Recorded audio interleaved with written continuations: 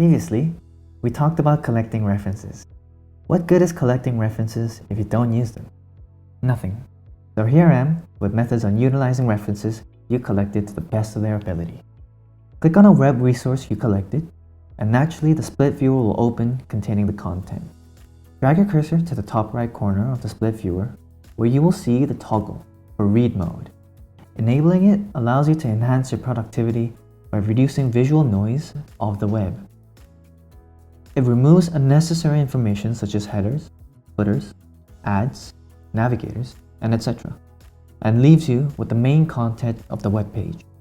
It all depends on the website owner's policy and how they made the website, but usually text and images will be displayed. With the read mode enabled, by dragging and highlighting any information you deem important, you can literally highlight text and save it like a jump. Any highlights of a reference will be saved in its highlighted container, and clicking on them will immediately jump to where that text is in that article. Deleting the highlights are very simply done. Click on a trash can icon and they will be deleted. Quick tip here, the highlighter feature also works with PDF references. PDF files can be uploaded as references, but more on that in the next video. See you there.